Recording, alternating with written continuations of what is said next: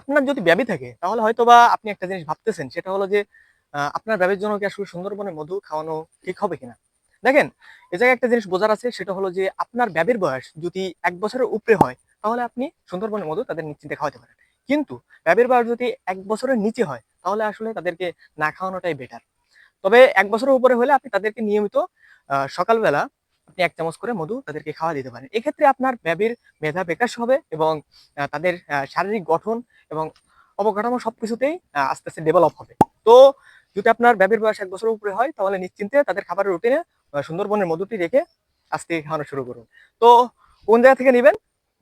এটা তো আপনারা আ নির্দ্বিধায় বিশ্বাস করতে পারেন ফ্রেন্ডলি শপকে। কারণ ফ্রেন্ডলি শপ দীর্ঘদিন যাবৎ একদম কোয়ালিটিফুল আ পুরোপুরি হাইজিন মেইনটেইন করে আপনার প্রোডাক্ট গুলো আমাদের সম্মানিত কাস্টমারদের কাছে পৌঁছে দিয়ে থাকে। তো আপনি নিশ্চিন্তে ফ্রেন্ডলি শপ থেকে অর্ডার করুন। অর্ডার করার প্রসেস একদমই সহজ। আপনি অর্ডার নাও বাটনে ক্লিক করতে পারেন, অথবা আমাদের পেজে মেসেজ করতে পারেন, কিংবা আমাদের কনট্যাক্ট নাম্বার বা WhatsApp নাম্বারে যোগাযোগ করতে পারেন।